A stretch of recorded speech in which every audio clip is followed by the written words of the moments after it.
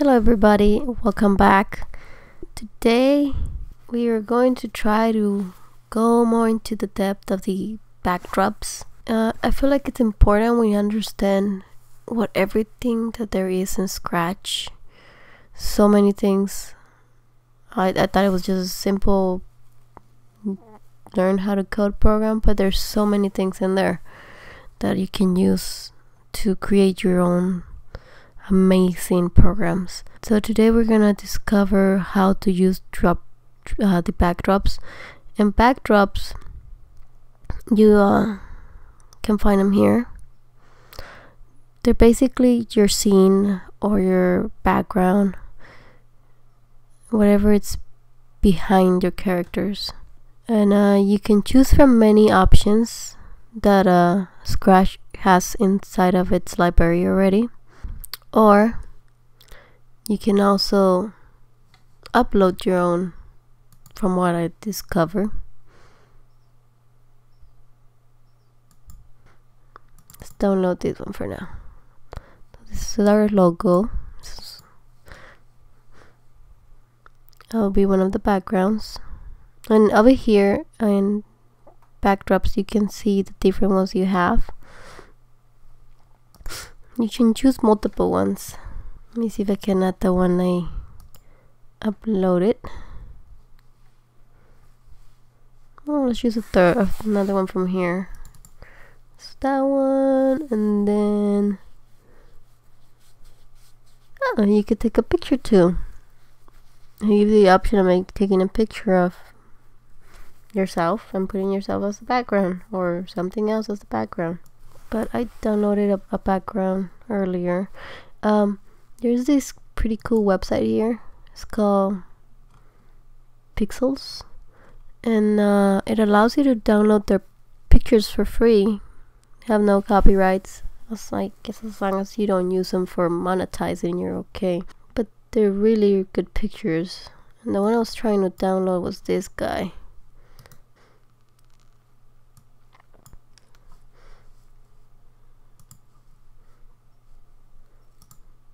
Oops. Always clicking on the wrong button. Let's go to my... Oh, there it was. I just didn't see it. There it is. So now I have different background too.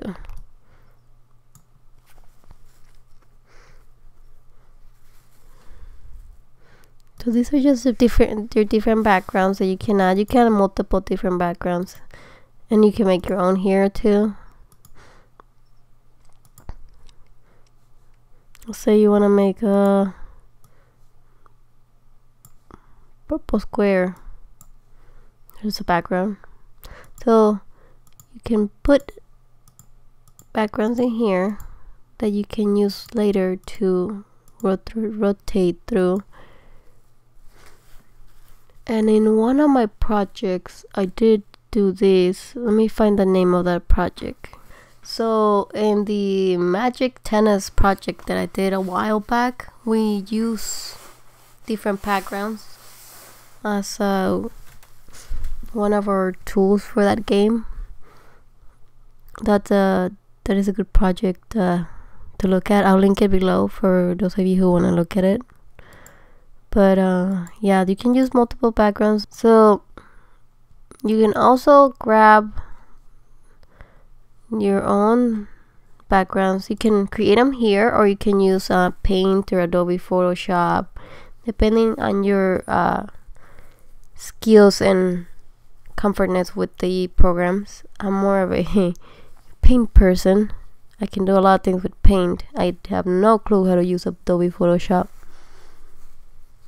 But yeah, depending on your comfortness, you can go ahead and create your own backgrounds. And you might say, why is it important to create different backgrounds? Well, let's say you're doing a program for user interface, and you want to change when they give you an input, like I say, you ask for their name. You want to change the background to something different when they give you your name. Do like a welcome kind of sign. Then they put their username and click next, then the background would change to welcome, let's say Nancy. Welcome Nancy. We can try to do that if you, let's try to do that. So with the backgrounds, we have many options of blocks to use with them. These are some of them. We have, let's see, we have the switch to background. This one basically lets you switch between backgrounds or random backgrounds. You can do whatever you desire. For example, let's see a little program for that. We want to start here.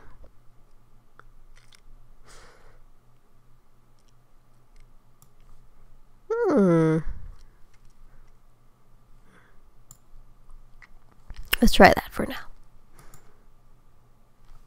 Okay, so it switches, this one switches the background to whatever I select here.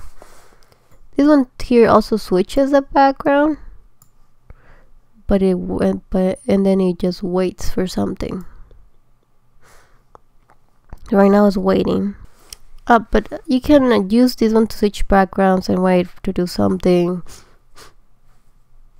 These here are the basic blocks you can use for your backgrounds. We can change its color. This one just changes the color of the background. Let's say we start with that. It's gonna change the color of my letters. This one sets the color, or depending on what you want on it. We used this one too before. It changes the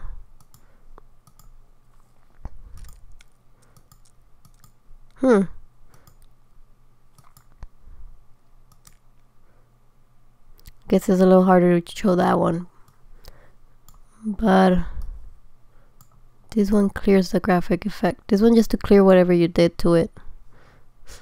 And this one can be used with other stuff. Let me see, like for example here,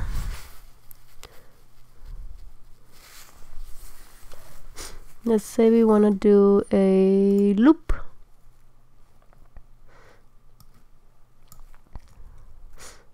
And we want to change our background to random. Random. Where's the random? Oh. I'm going to pick random. You want to change your background randomly 10 times. You want to change your color. Whenever we have this RTT logo. So whenever we have this background, we want to change this color. Let's see if we can do that. Oh, that was fast. Let's see. Maybe this guy will make it slower. If you guys have fast eyes, you can actually see that. So basically what it's doing, it's repeating 10 times. And it's randomly choosing the backgrounds, and every time that our logo background comes up, it will change the color of the letters. Let me see, how do I slow it down? Okay, here it is, the wait.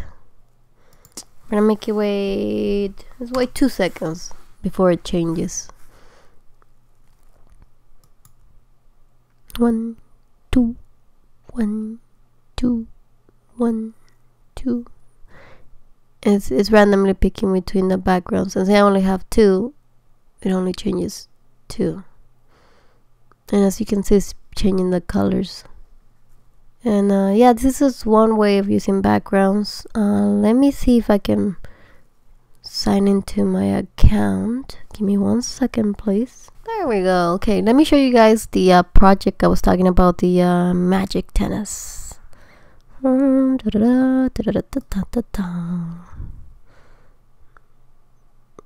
me see, where is it? It is right here. And this is one of the ways we used it in this project.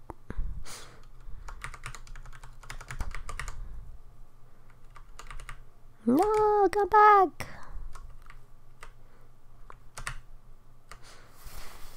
There it is. It changes the background. And sometimes you want to make your game a little more exciting. You don't want a user to be staring at the same screen. Or if you're telling a story and your character is walking, pretending to be walking, we can change the scene. That's one of the games we used our background changes in. And this is how we use the background. So we put our actual changes on our background. It's always the user trying to get to the backdrops here. So this is the backdrops we used. And where did we put the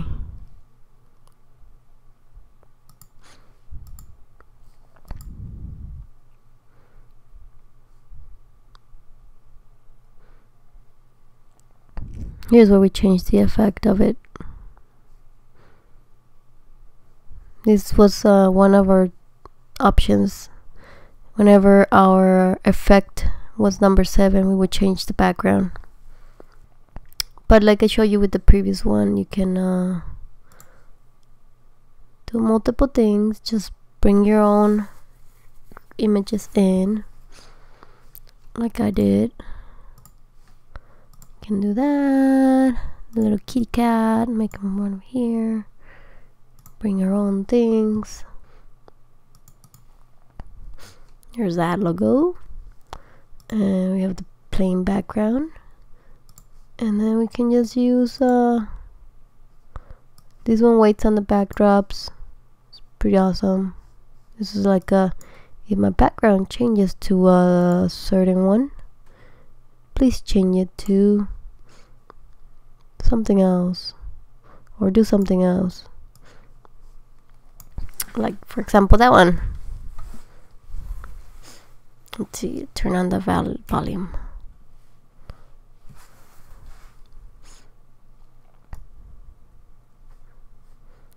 Okay, let's see. So we're gonna do in flag.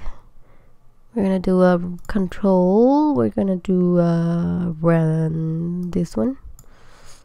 And we're going to do backdrops. We're gonna do random. And we're going to wait because it's too fast.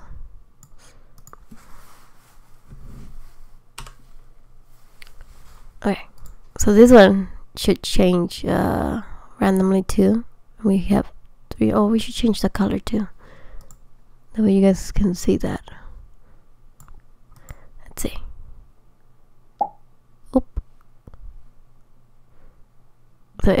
So what I did here is every time my logo pops up, it will make the pop sound.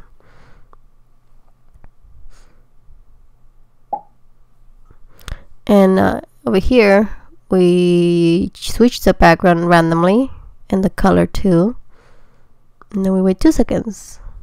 We can make this bigger if we want to no, not that big, that's too much.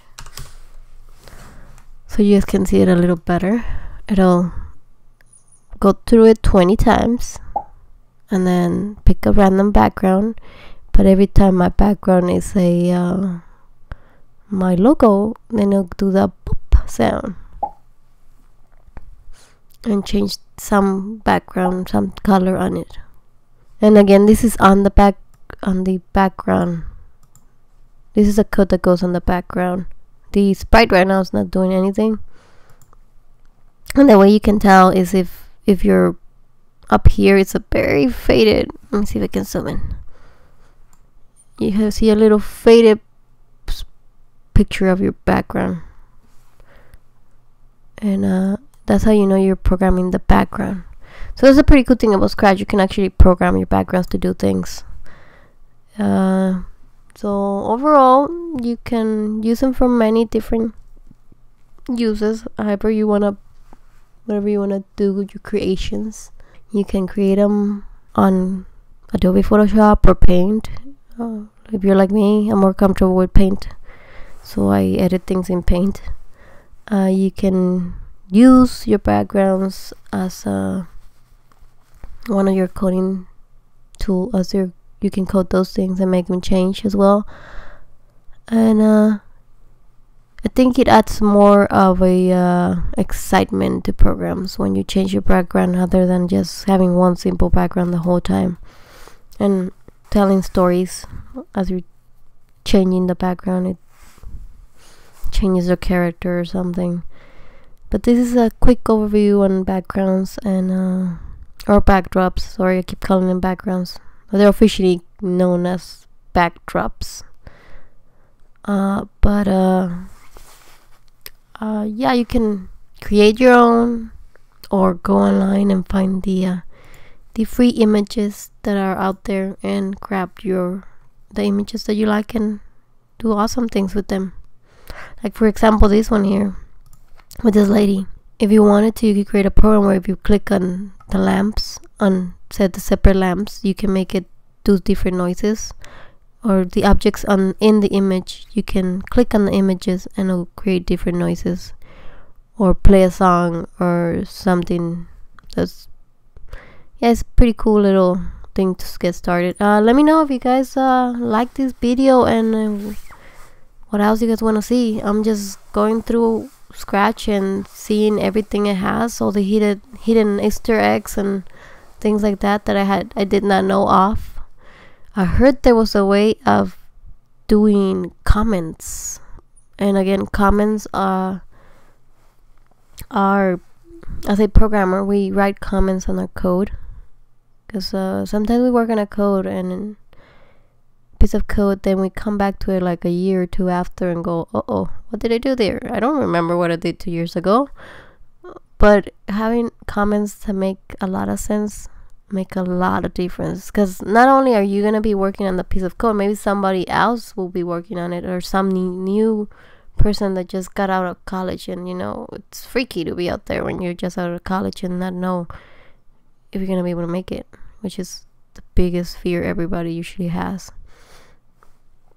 But from my experience is you learn as you go, and having comments in code is the best thing you can do for everyone out there, to be able to read your code and go, oh, okay, that's what that code does, and you can kind of understand it, instead of having to dig deep and having to go to different functions to figure out why the function got called and what is this variable set to, and go all over the place to try to figure out what one function is doing for the whole thing, or one piece of code.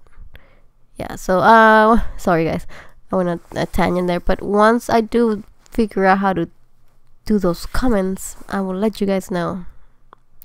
It'll be good for a future reference. Alright, you guys have a great day, and see you guys soon. Bye.